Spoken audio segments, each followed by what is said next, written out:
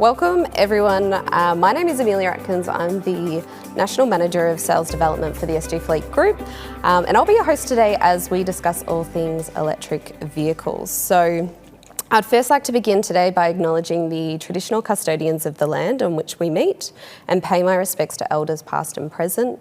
I extend that respect to Aboriginal and Torres Strait Islander peoples here today. So we're thrilled to be joined by a fantastic crew on the panel and together explore the world of electric vehicles.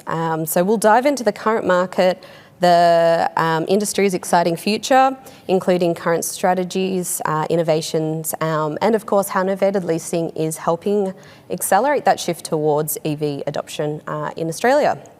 So joining us today are industry heavyweights with a wealth of experience. Let's welcome our esteemed panellists. I'll throw to each of you to introduce yourselves, and Dan, I'll throw it to you first. Thank you, Amelia. First of all, thank you for having me on the panel. So my name is Daniel Colina, Head of Corporate and Fleet Sales for BMW Group Australia. Larissa. Thanks, Amelia. I'm Larissa Mirabelli, and I look after PR and communications at Polestar. Thanks. Roland Rivero, in charge of product planning. Thanks, Amelia. My name's Matt Newman. I look after novated leasing for SG Fleet. Fantastic. So thank you to our panel for being here today. We've, of course, compiled all your burning questions and we'll tackle most of those common topics today. But during the session, feel free to add any further questions to the Q&A chat. For questions that have already been asked, upvote them, so then that will help us prioritise questions, and at the end we'll address them for you and hopefully answer them. If not, we'll of course tackle them in a follow-up communications for everyone as well. So to kick things off, a question for everyone. So if we can talk about brand identity in the EV market. So the EV market is buzzing with players these days. So how are each of you carving your unique niche? How are you perhaps leveraging the EV revolution to redefine or solidify your brand identity? So Dan, I'll throw to you to tackle it first. Look, it's a really good question, Amelia, and I think if you look at a brand like BMW and you're playing in that premium space, there's always a certain threshold that your customers expect. Yeah, that comes with obviously the specification of the vehicles, design, all the tech that goes into it, etc. So you really need to step the bar up as far as how you solidify the brand within the industry in this space. I think we spoke earlier today, there's 65 odd models within that EV space that are available to consumers at the moment. For us though, we need to look at it a little bit more of a broader picture, and not just specifically as one vehicle, but more what can we deliver as a brand in general. So more recently, we've introduced 6 models under the LCT FPT threshold. BMW Group saw that there was a gap in the market sort of between that 70 and 84.9 sort of bracket where you didn't get a lot of the premium players within that space, and there wasn't actually a lot of offerings within that space. You had the entry-level cars, or more the more non-premium vehicles really took ownership of that segment. So with the introduction of the 6 models that we've introduced to the market, now gives those consumers a much wider range of choice if they want to go up to that premium segment. So I think for us it's more standing out a little bit and having that broad range of offer is where we can solidify ourselves. Yeah, fantastic. And Larissa, I suppose from your perspective in Polestar? Yeah, it's a very different brand to BMW, a much sort of shorter heritage. But basically with Polestar, we were founded at a time where we understood the impact of automotive products on the environment. So we were founded to really accelerate the shift to sustainable electric mobility and to really try to identify ways to tackle this impact that our industry has, and not only tackle those challenges, but be quite transparent about we were on the way through. So we've always said that electrification is just the beginning of this very long journey, and there's lots of active steps that we can take right now, and then there's lots of different technologies coming to market that will help us to really get our impact right down to zero, which is the whole premise of that Polestar Zero project, to have a climate neutral car by 2030. And so for us, that's really our goal. It's about sustainable luxury and delivering the right product for the right time. Yeah, perfect. I suppose, Roland, from your perspective in Kia. Very different. At Kia, we don't have the luxury or prestige heritage that my compatriots to my right have. But naturally from our end, EVs are a very, very important pillar. It's probably not so much a redefining. We've gone through the steps of redefining the Kia brand over the course of the last 10 years. As you may recall, probably don't have to go too far back, but we were always seen as a cheap and cheerful brand, and very much driven by the Rio light car category, which is starting to diminish as we speak. So we recognised very early in the piece that that wasn't a sustainable way to approach moving forward, and we've taken numerous steps with probably a really good warranty that we brought in 2014, and then halo products like Stinger and even Pro C GT. And without those steps in the interim, we really couldn't bring in an EV product as expensive as EV6 or even EV9. And I think that's what it is. It has been for us. It's phase one at the moment, is trying to play amongst the heavy hitters when it comes to the EV space. And we've brought in halo products like EV6 and EV9. And moving forward, it's now about mainstream appeal. So we've tried to tap into the early adopters, and now it's moving towards the mainstream buyers. And we're hoping that the next two products, which are more in the mainstream space, in EV5 and EV3, that we can actually grow that volume and actually appeal to the masses. And with the recent legislation being signed with the NVES, really EVs are a massive part of our growth and our future moving forward. We've got to build up the credits in our EV space to be able to sell across the range. We still sell internal combustion, hybrid and plug-in hybrid. And that's our aim as well at Kia, is to really offer a diversified range to the Australian market. We recognise that parts of Australia aren't quite ready for electrification, particularly rural Australia. And with that, we want to offer a diverse range. We want to be able to sell products in the 20,000 range all the way up to 140,000 range moving forward, and as much as possible look after our customers. Yeah, perfect. Nice. And I suppose, Matt, from your perspective, how does this influence product strategy at SG Fleet? Yeah, it's a good question, Amelia, and it's really great to hear how EVs have impacted the brand strategy for you guys and your companies. For SG Fleet, obviously the EV revolution has impacted our business as well. We're quite lucky, and the innovation's one of our core values. So the EV change in the industry has really come along quite nicely in terms of a way forward for us. In terms of how that impacts us from a product strategy perspective, I guess for us, it's about how do we make the transition for people who've always driven perhaps a petrol or internal combustion engine into the EV space as smooth or as simple as possible for them. So we really break that down into three main areas. The first one's about making sure that our people are really educated and skilled up into be able to talking to customers about that transition. For some people who have never driven an EV before, obviously they sometimes have some questions around what type of products are available, and obviously the range is growing month in and month out in terms of EV opportunities now. But also the questions around range anxiety and sometimes charging and things like that. So making sure our people have those capabilities to talk to customers about those topics. The second component is, of course, making sure that our customers are aware of the potential savings that are available in the market at the moment if they choose to buy an electric vehicle and novate that if it's under the luxury car tax threshold. So the savings component's a big part about the education piece with our customers. And the third piece is, I guess, making sure as a business that we're really continuing to develop the ecosystem around the EV. So that, for us, I guess, covers everything from making sure that the insurance partners that we collaborate with have a product in market that's really suited for the EV buyer. It incorporates things like making sure we've got charging cables and that sort of thing available to be packaged as a part of a novated lease. But also making sure that we have the capability for our customers to be able to claim reimbursements and that sort of thing from either public charging or their home charging networks as well. So for us, once again, it's about making sure that the ecosystem around that EV is really cohesive.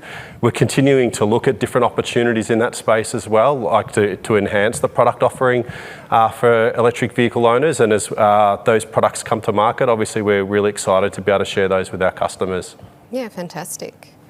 I suppose Pivoting to the next question around unique selling points for each of your brands, I suppose if we can explore what makes each of your EV offerings stand out from the crowd, so either what innovative features or sustainable practices are you bringing to the market, if you don't mind sort of delving in a little bit on those aspects. So I might go Larissa first, if you don't mind. Sure.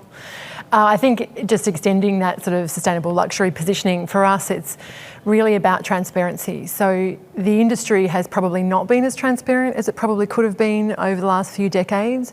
And so it's really about accountability. So looking at our supply chains, looking at how we source risk materials and risk metals in particular for batteries that go into EVs. We've started using blockchain technology. We're the first to do that with cobalt. We've extended it to sort of mica, nickel, leather even, where we know that the hides that we are taking are a waste product of meat consumption, so you're not creating any additional waste streams. So it's also about acknowledging where we're at. So we have these life cycle assessment reports that we put out every year on our products, and we share the methodology. So that means that we're open to independent review. And I have had a call once from a metal company in Australia saying, "Oh, we don't agree with the way that you guys have assessed the impact of this particular metal." And I was like, "Well, okay, here's the contact details. You go take it up with the experts, not my area of expertise." So it's really about sort of giving the industry a roadmap and saying, "Well, this is how we're assessing it." It gives everybody an opportunity to sort of, come over to the same side as us and say, okay, this is where we're at and this is how we're going to move forward. So I think for us, it's really about just continuing to push everything forward, learning from where we're at. So we know that, for example, aluminium and batteries have a really big impact on our climate footprint. And so by shifting to things like low carbon aluminium or addressing the amount of raw materials in our batteries can help us really reduce that as well. So yeah, for us, it's really about embracing where we're at in the journey and trying to push everyone and everything forward. Yeah, perfect. And I suppose, Roland, from your perspective and Kia?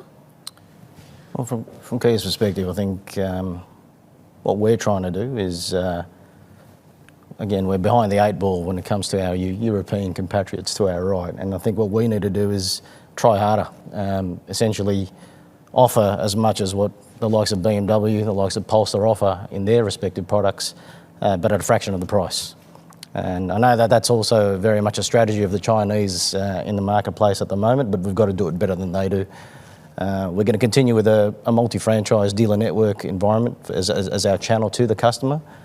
We've always partnered up with our dealer network, and we're confident that to cater to the mass volumes required for the greater Australian market, that you can buy an EV, a Kia EV product, whether you're in metropolitan or in rural Australia as well. So I think that's an important aspect. For us, and probably key focus for us is also looking after, again, I mentioned it in the first question, but the customer has to definitely come first. And as much as possible, whilst we may get them in the front end, we've got to look after them in the back end also and really take them through that journey. So we're looking at various plans in the future as well, like a GFV, for example, guaranteed future value, is something that we are looking at, because the resale aspect is obviously some of the things that are potentially hindering, not just in the retail space, but also in the fleet space. So that's for us an important element. But in terms of what we do a little bit differently, I think from a tech perspective, we're very similar to everyone else. I know we talk about 800-volt architecture for quicker charging, but that's becoming more and more common. But it is also higher cost. So the newer products coming through, the mainstream products that we mentioned we're targeting, will go down to a 400-volt architecture. And really, I think for metropolitan, Metro Australia, that's going to be okay. Trying to find a 350 kilowatt ultra rapid fast charge is not really that simple. Not too many of them around. Not too many of them around. So I think we've just got to really look at the market situation and cater to our customers accordingly. And I think our multi-franchise dealer network approach, our warranty and looking after them, and looking at future aspects like captive finance and guaranteed future value is going to be something that's going to set us up for hopefully mainstream volume and success to gather the credits so that we can sell a ute down the track. Yeah, no, very interesting. And I suppose, Dan, from BMW's perspective? Yeah, look, it's always interesting playing in that premium space. There's a certain level of expectations that comes with a premium car, and you always need to ensure that the level of quality and what you're offering in that consumer space is always at that certain level. We're not too dissimilar to what Larissa said, and actually Matt mentioned the word ecosystem a couple of times, and I think for us it's more about what we can do as an overall group perspective rather than an individual vehicle perspective. Looking at that entire ecosystem, drawing the raw materials out of the ground, how is that being manufactured, transport and logistics, our retail partners, our supply chain, et cetera, just working with all these various, partners of ours within the manufacturing space, and what impact does each individual play to ensure that in its entirety that we're having as minimal impact on our CO2 footprint as possible. So for us as a brand, as a big global brand, working to ensure that our partners are on that same journey is really key for us. The quality part and the vehicles and the offerings in the cars, that's sort of second to none. But it's more the greater impact of the bits behind the scenes that people don't really see. Yeah. They're the bits that count. No, absolutely. Very nice. The next hot topic was battery technology and sustainability. So batteries, as we know, hot topic when it comes to EVs, range, sustainability, cost are among the common concerns for drivers today.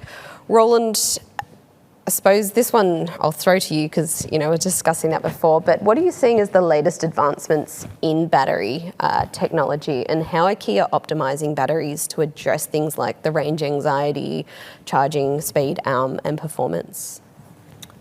I think multifaceted question. I think let's start with in the short term. I think what we're all looking at, every R&D team's looking at, is improving density, energy density, and trying to get as much as you can out of the respective batteries. From Kia, we're hedging our bets at the moment. We've got lithium ion and lithium iron phosphate technology being applied in our cars and spread across. And there are pros and cons in each of the approaches, obviously. We spoke about nickel, manganese and cobalt mining, and I know that that's something there's less of that's available to us, and hence why lithium iron phosphate is becoming more and more popular. But there are also cons in LFPs because on the one hand, they've got better thermal properties.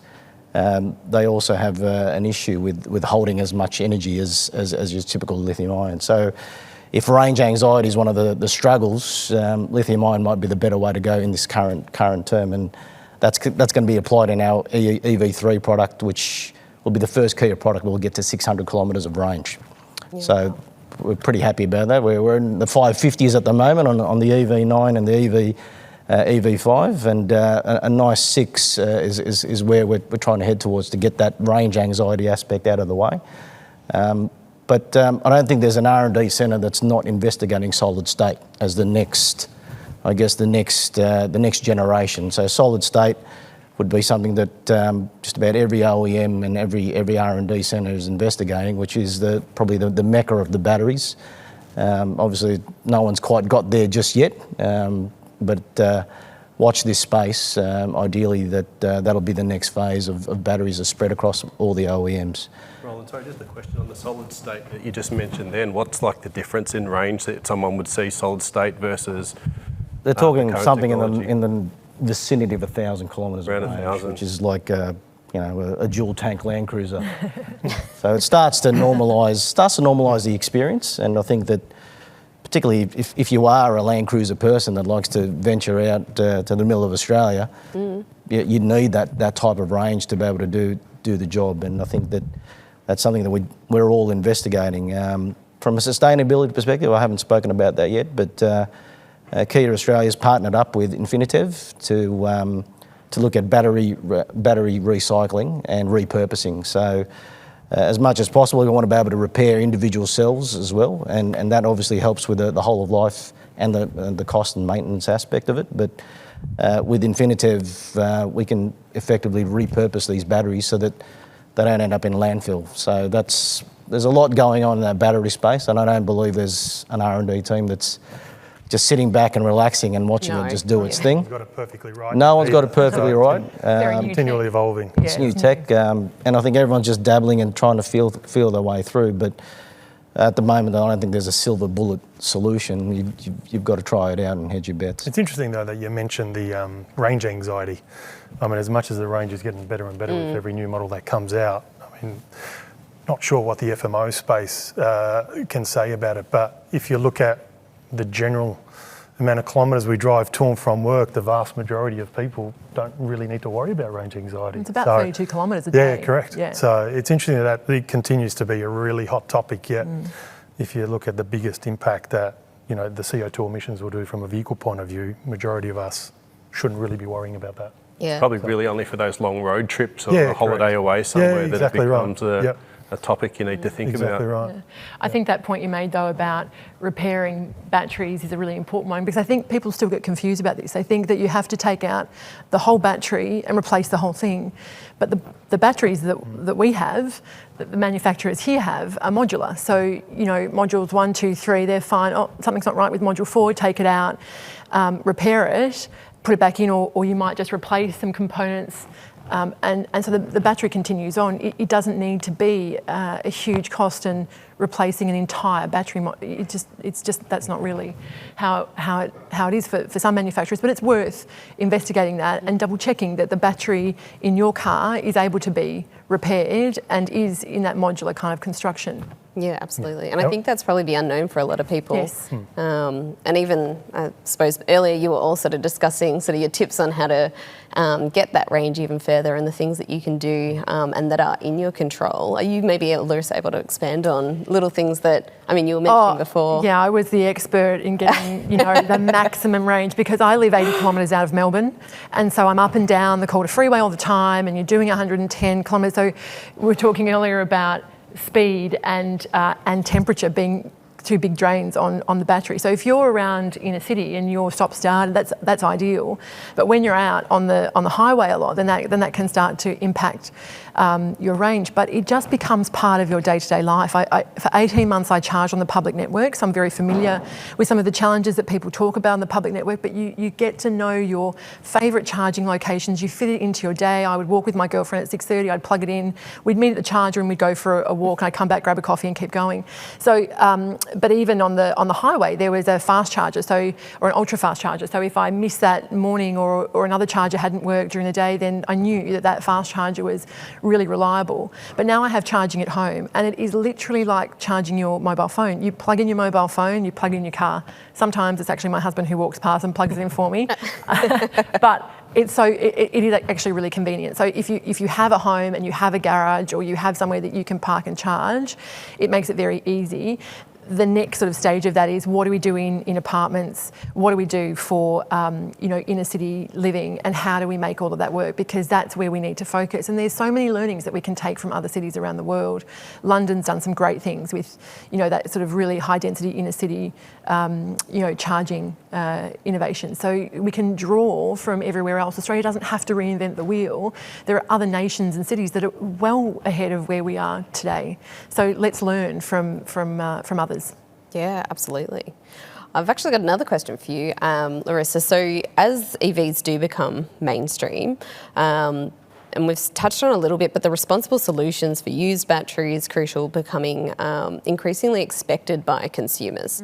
So how are Polestar specifically tackling that responsible end-of-life process and practices, and developing those efficient recycling processes? Yeah, there's a lot to do in that space, and we are very early in our journey, and a lot of us have got sort of these warranties for the batteries that last 8 years, so we've got a little bit of time, and it's unlikely that a lot of batteries will enter that end-of-life sort of process unless they've been involved in a collision or there's something really gone amiss. But we're working with Circular Australia, and we're working with industry bodies and lots of different stakeholders to try and identify what we do with these batteries longer term, because really recycling is all that we can do right now, but we need to develop that. So can we repurpose them for energy storage? Can they be repaired, as we were just discussing, before we get to the stage of recycling? Because at the moment, the black mass, which is what you kind of are left with at the end, goes offshore for processing, because we can't actually do that here in Australia. So there's actually a whole other industry industry that can be sort of developed here to help us sort of close the loop and get a more circular economy kind of happening with our batteries. And it's not just electric vehicle batteries, although they're pretty big. It's also your household lithium-ion batteries. All of it are kind of going into the same space. So there's a lot of work underway to try and resolve all of that, to make sure that by the time, you know, we're a little bit more mature in this journey, that we actually are able to close the loop, that maybe we can develop batteries here in Australia, and so that you kind of have them side by side, because that's what they do overseas. You kind of have, you know, the facility over here that extracts the metals, and then it goes next door and it gets put into a battery. So you kind of need to think about that. Yeah. And especially for brands like Polestar, which is trying to reduce its impact, you're looking for local sourcing solutions, not always looking offshore for a solution. So we've got a really good opportunity here to sort of take that innovation and run with it. Yeah, perfect. The next topic that was coming in a lot from our registrations and our audience is about the EV ownership in the long haul. So opening this one up to each of you, what's your vision for the future of EV ownership? Given that it is relatively new for many drivers, how are you ensuring that long-term sustainability in the EV space? I don't know if anyone wants to. Maybe I'll throw to you to take off first, Dan. I can kick off, sure. Look, I think for us, it's giving the consumers the choice. Yeah, if you look at the heritage of BMW, the sheer driving pleasure, which was always affiliated with our performance cars, is sort of still at the core of what we do and what we stand for. 60% plus volume that we sell is in the SUV segment. So we need to ensure that we continue to give customers what they're after and what the market's demanding as well. You know, we spoke about the introduction of the 6 EVs under the LCT FPT threshold. That was something in the market that we saw wasn't quite there in Australia in particular. We have the iX1, the iX2, the iX3, all very affordable SUVs that fit within that space. You can then go beyond the FPT LCT threshold and look at our flagship i7. You know, a lot of the technology and the design stylings typically form the flagship car and then sort of come down to the rest of the models. We recently launched the Neue Klasse, which in German means the new class. If you look at some of the pictures that are out there on the internet, it gives you a bit of a look into what the future models may look like and some of the tech and some of the innovative features that are going to be dwindling down in our models. So for us, it's as we continue to develop in this space is to just make sure that we have the offerings in the market that the market demands. Yeah. You know, I said it before, when you're in that premium space, you can sort of teeter around with the options and the luxury features just a little bit before you sort of price yourself out of the market. But it's to make sure that you have the right models in the market that customers want. That's what keeps you going. So for us, it's just to ensure that we put the customers first. You know, what sort of features are they after? Making sure that we continue on the sustainability push that we as a brand globally are trying to achieve and how that affects our overall CO2 footprint. But just to keep evolving in that space is really key for us. Yeah, fantastic. Yeah. Roland, anything from Kia in terms of, that long haul? What does, that look like for Kia? It's the horse we've backed, to be completely honest. Whilst our R&D team has also studied hydrogen fuel cell, and probably more appropriate for the bigger trucks, from a passenger SUV and even in future, maybe, secret, light commercial space, EV is the way that Kia is going. And as mentioned before, we want to bring it to the masses. And long before NVES was even announced, that was already the global direction. Our president announced what we call a Plan S strategy, and S stands for shift.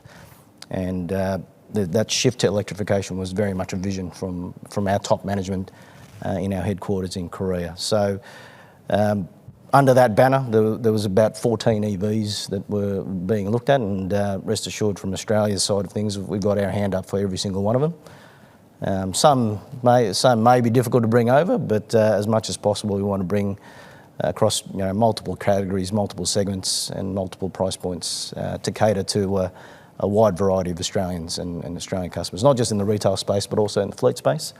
So we are heavily invested in that EV space, and we we're confident that, yes, we understand there's a lot of competition and the landscape's going to change dramatically. It's an interesting time to be part of the automotive industry in the next few years, particularly with NVES being brought forth. But we think we've got the right kind of product mix that's going to take us through to the next generation. Yeah, beautiful. I mean, anything further from you, Larissa? I think electrification is quite tricky in terms of maintaining the brand loyalty with your customers and having a connection, because you don't go in for servicing as often. You know, it can be every 2 years or 30,000 kilometres. Apps are downloaded. And so it's all about trying to make life as easy as possible. So we have that Google integration. So if you have Google Home, you can rock up into your driveway and say, hey, Google, put the lights on, the lights in the house going. Like, there's lots of integration that can happen that makes your life really easy. But it's easy to disconnect in that respect. So what Dan was saying there in terms of making sure you've got the right products, that the right products at the right time, with the right features, the right specification, it's almost a bit of a dark art. But you need to make sure that you continue to connect with your customers longer term, that the brand stays true to its identity, and that you're delivering, excellence with the products that you bring to market and sort of nurture them along on that journey. But it's a whole new world in terms of electrification. Yeah. The best part of it, Amelia, is the customers are in the box seat.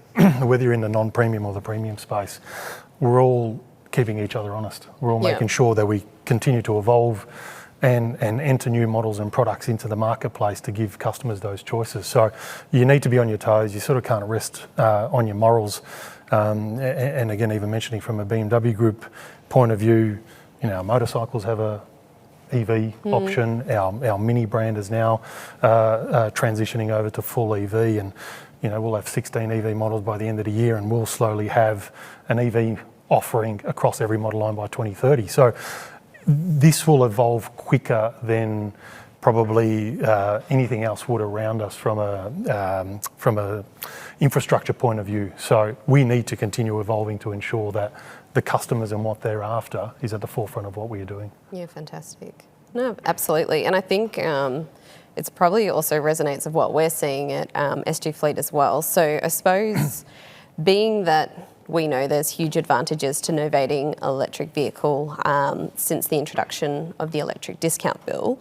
Matt, what, from your perspective, trends that you're seeing in the novated space, EVs versus traditional, compared to before? It's an interesting question. I think the electric vehicle incentive that's in place from the government's perspective alone has done something, but I don't think that necessarily that would have driven the uptake of EVs that we're seeing today without manufacturers actually putting product in market. The range of vehicles that are available for customers to choose from today is dramatically improved from what it was even 18 months ago. And every month we're seeing, more and more vehicles become available. So it's almost like a combination of those two factors, that there's incentives in place, that we've got vehicles available below the luxury car tax threshold that enable customers to really get the opportunity to potentially get some really great savings in terms of getting into the electric vehicle space. For us at SG Fleet as well, like when we have a look at the amount of inquiry that comes into our business on a day-to-day basis or month-to-month basis, roughly 1/3 of our customers are actually asking us to, for quotations on a novated lease for an EV. So it's really grown. It hasn't certainly been that way even 18 months ago. So we foresee that this will be a continuing trend for us as a business, that the EV interest will continue.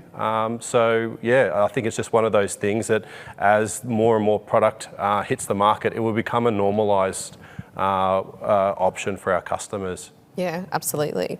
And then I suppose more to that, how do you see novated leasing continuing to drive that adoption well into the future as champions of that? Well, with the incentives that are in place at the moment, we really don't know how long the government's going to continue to keep those offers in place. SG Fleet is part of an industry body that continues to lobby the government to try and make sure that we can get value for everyday Australians who want to get the tax savings associated with taking an EV that sits below the luxury car tax threshold. So, we're really invested in terms of making sure that we can make sure the government knows that this is a program that's actually delivering on the government's objectives towards getting more and more EVs out there onto the road. Also, as a business, SG Fleet's incredibly invested in making sure that we decarbonise transportation as much as possible. When we talk to our customers and we're out there on the road in their businesses day to day, they've got a lot of environmental and social responsibility targets for them and their people as well. So the more that they can get their own people into electric vehicles, that sends a great sustainability message for their business. And novated leasing is a great option to try and get customers into these vehicles. So for us, making sure that roadmap into transitioning them from an internal combustion engine to a electric vehicle is simple as possible. So for us, that's really what we're focused on. Yeah, absolutely. The next topic is more about consumer experience and again that innovation space. Dan, this one's more directed at you. So from your perspective, what changes, if any, are needed to make EVs even more appealing to a wider audience? Or, and further to that, unexpected innovations that could emerge on the horizon? Look, I don't think there's too much that's unexpected that we haven't heard of or spoken of. I mean, from battery technology, etc. I think for us, it's more the infrastructure piece. I think that's the big unknown. The cars will evolve, the tech will evolve. Larissa spoke about, software being downloaded from the cloud, etc., and the less contact points with servicing. All this will continue to evolve just naturally. But I think the part that's probably not keeping up as much as or as quick as the technology in the vehicle space is that infrastructure piece. So, again, if you look at the average kilometres that a consumer drives at the moment, it shouldn't really be too much of a factor. But the education piece on the habits that we have as individuals, just when you get home, you plug your phone in, plug your car in, it's no different. Or when you get to the office, you plug your computer in, you plug your car in. So it's just these little creature habits that we need to change. But I think, definitely the infrastructure piece is a little bit still of the unknown, and where that investment may come from or how much of that investment may come into fruition to really speed up that process.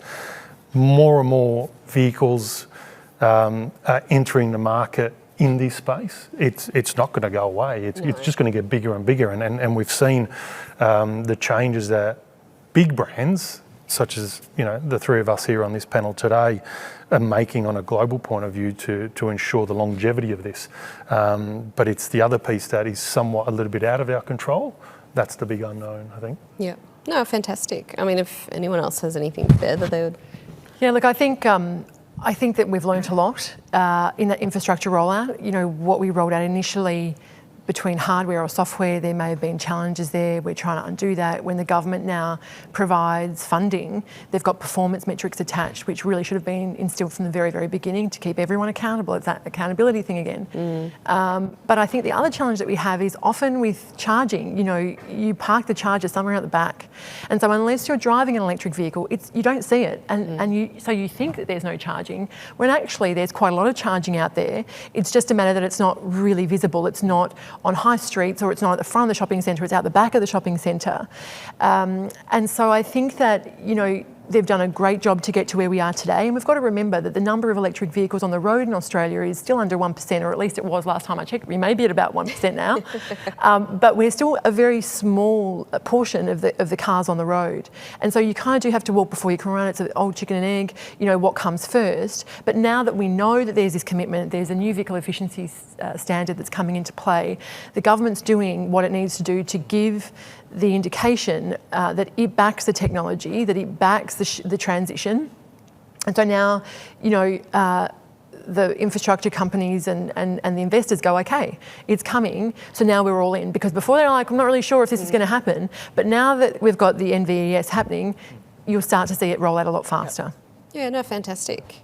And Roland, I'll throw to you, I suppose you touched on a few of the models before, but just to remind everyone, so looking ahead, even EV model lineups, how will Kia continue to disrupt the EV market, and sort of what models can we expect to see soon? Plenty. I'm sure my boss is not listening, so I'll probably give a little bit away. The next two, so we've already got obviously Nero EV, EV6 and EV9, and launching next month, funny enough, is EV5, which is more of a RAV4 sized, again, very mainstream in its approach. Still has the key components that you expect to see in an EV product, but with an LFP battery being sourced out of our factory in China. After that will be EV3 early next year, and that'll be more of a Celtos or similar to the Nero size product. Those two I can definitely talk about. But there's plenty more to come after that, and we may be even entering that light commercial space in terms of vans and even probably people movers as well. So that's an important step for us.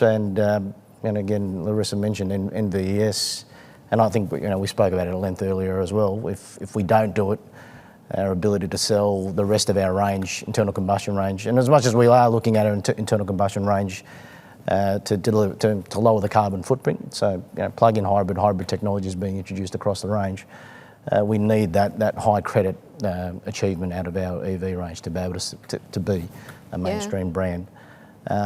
Some of the things that I think we all have to look at as an industry, and in the fleet space we're a little bit more confident because it seems to be being driven by fleet. And there's a lot of fleets, big fleets, that are looking at zero emissions, and it's organically coming through. But in the retail space, it's a bit more of a challenge. With the disruptors, are other disruptors out there that are maybe lowering prices as we go, and that we've got to really look at that resale value element, and I think that's one of the challenges. I definitely agree. The infrastructure is something that we would love to see a little bit more. We've never been an advocate of handouts. I think our CEO has always said he'd rather that the government invested the money in infrastructure and not just rely on private enterprise to do so. But that's definitely something that we know is a challenge for us moving forward. We can bring all this product, but if it's a challenge and if it's a barrier for our customers, particularly out there in rural Australia, then it's going to be a difficult path moving forward.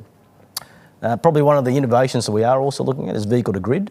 Yep. In that maybe, ideally, down the track, not just fleets but even retail customers, that they can give back to the grid and actually get to a point where they're paying off or actually not feeling the effects of that initial outlay for an EV product.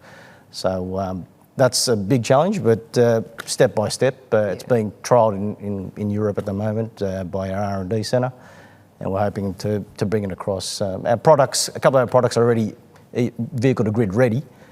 We just haven't switched it on yet because we still need to work on the legalities, and we're not ready. Australia's not ready. Australia's not ready. South Australia. But if we can give back to the grid and be credited for it, that could be a way to make that whole ownership experience a little bit more appealing. Moving forward also. Roland, you mentioned a couple of exciting new cars coming our way. Are you allowed to share with us today rough price points on them? Well, Record now, Roland. Ballpark. It's interesting because EV5, which launches next month, we said our aim was to undercut Model Y, but Model Y has gone through a lot of adjustments over the space of the last month even. So look, pricing will be sharp. Yep. And we're hoping to start with a 5. And availability, ideally, is going to be plenty of stock for I customers think to get the their beauty hands of EV5, it's sourced out of two factories. Korea production is actually later in the piece, and we couldn't continue to rely on our Korean factories if we wanted to get mass volume. So we'll be sourcing out of our China factory, and I think China's very, very happy to find an export partner, because there's plenty of capacity out of our Chinese factory, and the Chinese domestic market demand is very, very challenging at the moment. Okay. There's, as you know, so many competitors in that China space. So supply will be pretty good. I can tell you that now, and the same hopefully will apply for EV3 next year. Yeah, fantastic. Larissa, from Polestar, can we expect that wider range of EVs for diverse segments? Oh, we finally have some SUVs coming. Yes. So it's very hard to be in Australia and not offer an SUV.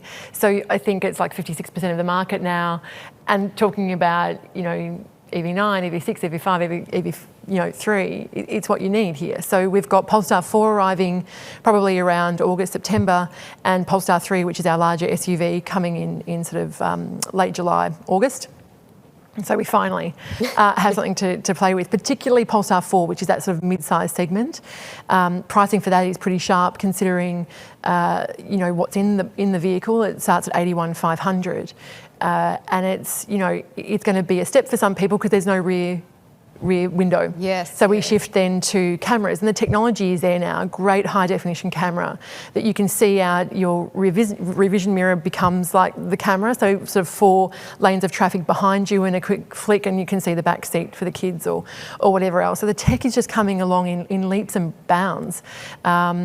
So many innovations and so much that you can bring to market to really offer customers that choice that we were talking about earlier. I mean, we're one of the most competitive markets in the world when it comes to automotive products. It's only going to get tougher. There are more brands that have announced they're coming in. So it's a very, very crowded marketplace, but the ultimate winner is the consumer because it keeps everybody on their toes. No, absolutely. And Dan from hello. Hello. Hello again. From BMW, sort of what are they brewing and to uphold that, you know, your legacy of luxury performance and the ranges and models to come? Yeah, look, I mean, for us, I think I mentioned it earlier, we will look to have an EV option across every model lineup by 2030. Yep. So we're on track with doing that. We've got 16 EVs out in the market by the end of this year. We spoke about Mini doing its transition over to full electric now as well. So whether you're coming in at the top end of the market in the i7 flagship, or whether you're at the sort of more the entry level, which we have at the moment in the i4 35, the iX1, iX2, the iX3 under the LCT FPT threshold, small SUV, mid, large, passenger, etc. There's going to be an option there for everyone. So we have a lot of that covered in the market at the moment, but it's just going to expand over the next few years. Yeah, so. Perfect. And I'm just checking for time, just before we quickly throw to some audience questions. What can each of you sort of say? I mean, leading into end of financial year, everyone's sort of thinking about what models they can get into now. So I suppose starting with BMW, what's available now for people to get into? Did I tell you that we've got 6 models under the LCT FPT threshold? If I didn't, I'm sorry, I'll just mention it again. No, look, I think, again, the consumer wins, yeah? There's so much choice out there, and even for a premium player like us, I would suggest that you do your research. There's obviously something there for everyone. We talked about the i4, the Grand Coupe. You've got the iX1, the iX2, which are more of the entry size, sort of smaller SUVs, and then the iX3, which is based on the X3, which is a bit more of a mid-size. All under the LCT FPT threshold. Matt mentioned earlier, we don't know how long this government incentive is going to stay in market, so you want to capitalise on that as much as possible. If you do have more coin to burn than I do, then you can go for something a little bit higher. We have the i5, which is the sort of large car sedan, the i7, the iX, list goes on and on. So a lot of options there, but in particular that sub-LCT FPT for us is the key one at the moment. So availability is pretty... 100%. Availability is there. Big support from the team at SG Fleet. I know the whole education piece is probably the big one, where we as brand ambassadors can only push so hard. Having a neutral supporter such as SG Fleet, who sort of doesn't take sides, is really pushing that message out there. So that's key for us as well. Fantastic. Larissa from Polestar, what's available now if someone wanted to jump into one? Now is the time to buy, isn't it? Yeah. It's always this time of year. Everyone comes out. It doesn't matter who you're looking for. Everyone will have a deal on at the moment. But you've effectively got 5 weeks. You've got to make it quick, because this is when you're going to get the best deals. And in fact, when I talk to colleagues and friends, I often say, if you can wait till end of financial year, just wait for end of financial year. So we do have an Electrify Australia offer on the table at the moment. It was something that we introduced when we were talking about the new vehicle efficiency standard before it had all been passed. It was sort of a little bit of a cherry on top to try and encourage people to get on board with electrification, and we've continued that into this sort of prime time of the year. So it's up to sort of $10,000 is on the usual sort of and it's a sliding scale between standard range single motor, long range dual motor, and what have I got? Long range dual motor, and I've missed a single motor in there. But between the three of them, there is a bit of a sliding scale happening, and there are some of those products with specification that is even higher again. Yep. So it's definitely worthwhile for customers to be out there shopping and pitting the brands against each other for sure. And Roland, sort of availability from Kia's perspective? Okay on EV6 and EV9. So at this point, if you were keen on an EV product, we've got World Performance Car of the Year EV6, sorry BMW. We've got World Car of the Year EV9, sorry every other EV in the marketplace. Wheels Car of the Year, Drive Car of the Year, award-winning EV products that are available now, and visit your local Kia dealership around the country. We've got 137 dealers around the country that you can easily purchase, whether you are in the metropolitan or in the rural area. And just in time for end of financial year, we'll start wholesaling June 17th, so you've got a couple of weeks before the end of financial year, is EV5. So watch this space. It's points that you can never with SG Fleet, when you know that? Oh no, sorry, we do. Not quite. We'd like to think that the product can stand on its own without any need for incentive of any sort. So plus our warranty, our 7-year warranty, not quite 8, but seven should do. And that's just for the battery. Just for the battery. And I think, look, if you're after a mainstream and affordable EV product, then I think there's one right around the corner, wholesaling and retailing from our dealer network on the 17th of June. Yeah, beautiful. EV5. Good plug. So before, we've got a few minutes left. I'm just looking at audience questions coming through. Matt, I might throw to you just on one that's heavily popular and one that came through a lot with the burning questions, being around infrastructure, catching up to accommodate to the shift of EVs. Is there anything SG Fleet are doing to assist customers with their charging experience?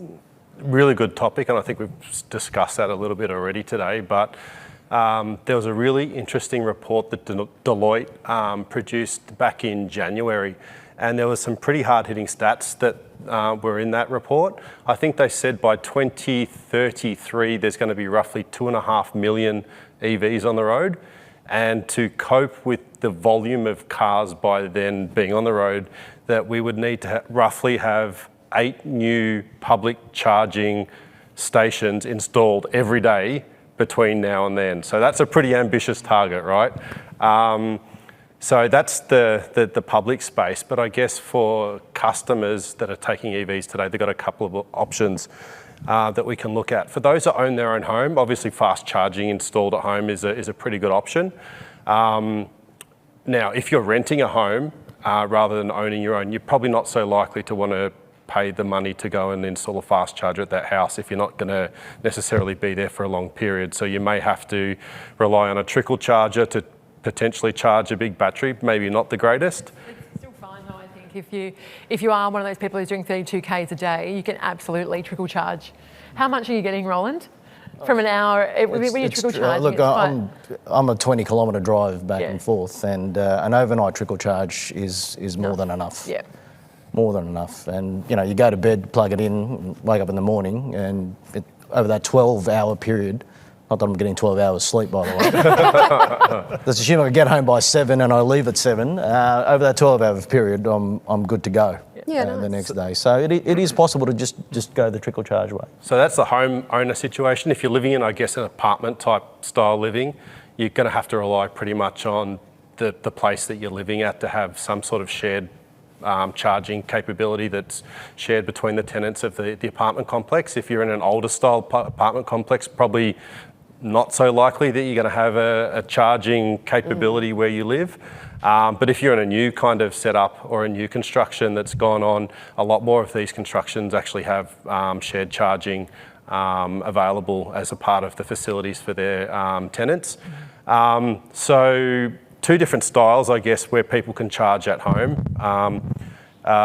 But if you take that aside, it's really only going to be public charging or workplace charging that people have the ability to really juice up. So when it comes to workplace charging, I think SG Fleet's probably on the front foot in this regards.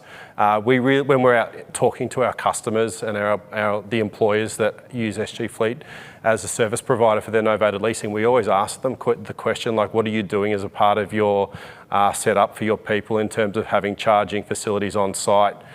So we stimulate those conversations with the employers that we go out and talk with. We also have what's known as eStart, which is a product that SG Fleet uses as a consultation process with different companies around Australia to talk about the electrification process within their businesses, and charging obviously being one of those. So yeah, the workplace I think is going to be something that as more and more people switch to EVs, having charging on site as part of the, let's just call it the normal features and benefits of their employment contracts are going to be something that people expect, just like working from home is something people expect as part of their working conditions now. Having somewhere they can plug their car in at work when they arrive every day, I think is going to become something in the future that's just going to be an expectation. A huge benefit, because you've got cars just sitting around all day, and that's the prime time to charge. When it's off peak, if you've got solar, you can be using the solar to charge, and then that's where the vehicle to grid comes in, because ultimately if you're sitting around all day charging off the sun, you can go home and then discharge at night. You don't even have to buy a storage battery at home. A car effectively is a battery on wheels. Absolutely. So it's really convenient. Yeah, absolutely. And I guess the only other part to that is if they are relying on public charging that's out there, from an SG Fleet perspective, there is legislation out there around what people can get claim and reimburse as part of their novated lease package, whether that be home charging or public charging. So for us as a business, we've got to make that process as easy as possible for our customers. And the charging piece is something that everyone's obviously interested in, because that's essentially how they're going to be able to utilise their car. Yeah, fantastic. Now you'll be shocked to know it is already 1 o'clock. So there's some fantastic questions in here covering sort of resale values, hydrogen, what's next, 4-wheel drive, EV. So I think what we'll do is we've taken note of all the audience questions. We'll jot it down, and then we'll work with our lovely panellists to sort of address those questions further in a follow-up communications for you all. So just before we wrap up, so thank you so much to all of you for being here today. I think it's been incredible and valuable insights, and I think as the landscape keeps on changing, it's crucial to have these chats, especially for sustainability and transportation. So yeah, thank you very much for coming, and thank you to everyone online for registering, participating. Keep your eyes on your inbox for a copy of our follow-up email. We'll have the recording, anything you wanted to look back at, and of course deals and sort of novated numbers on the vehicles from each of our panellists. So yeah, and if you were a lucky winner of our competition, that is it for today. Thank you all very much. Thanks, Amelia. Thank you. Appreciate it. Thank you, Amelia. Thanks, Matt.